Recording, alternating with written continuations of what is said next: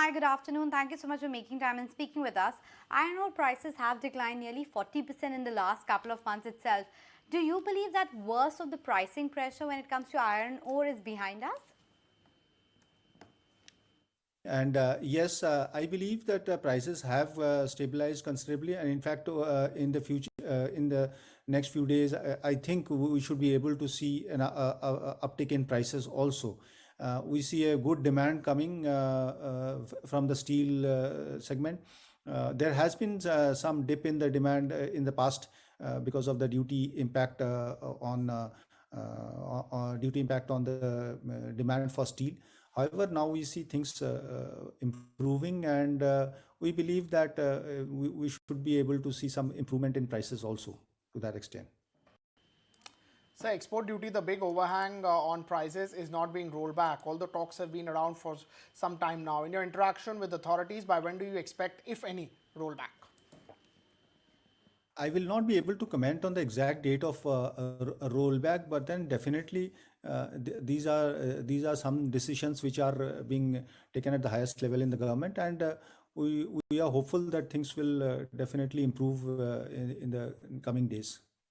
Sure, Mr. Deb, and this is something that we have been hearing from North Block as well, that there have been murmurs of a reconsideration. Let's see if and when that happens. But moving on, company had given a sales guidance of 45 million ton for FY23, and if you look at the first half of the year, you have achieved somewhere in the tune of 16 million ton.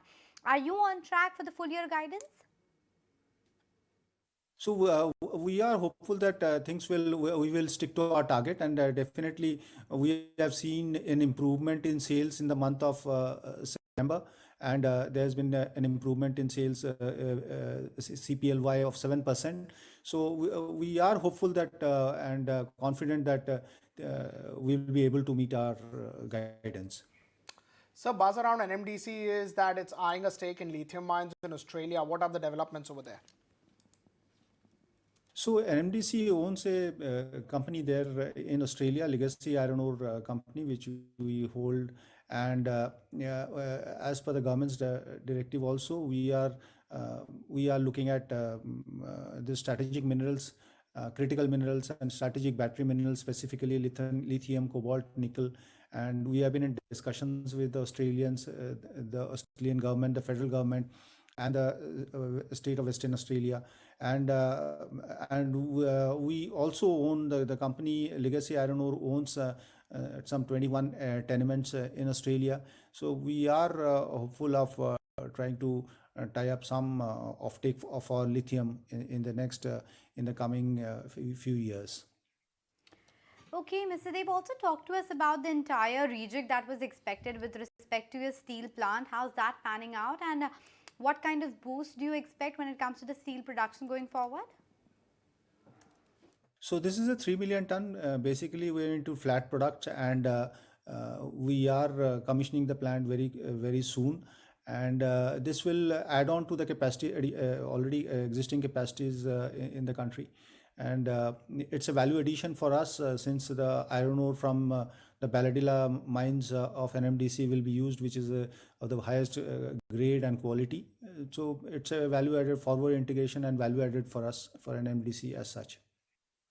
Could you highlight the capex plan, growth triggers going ahead?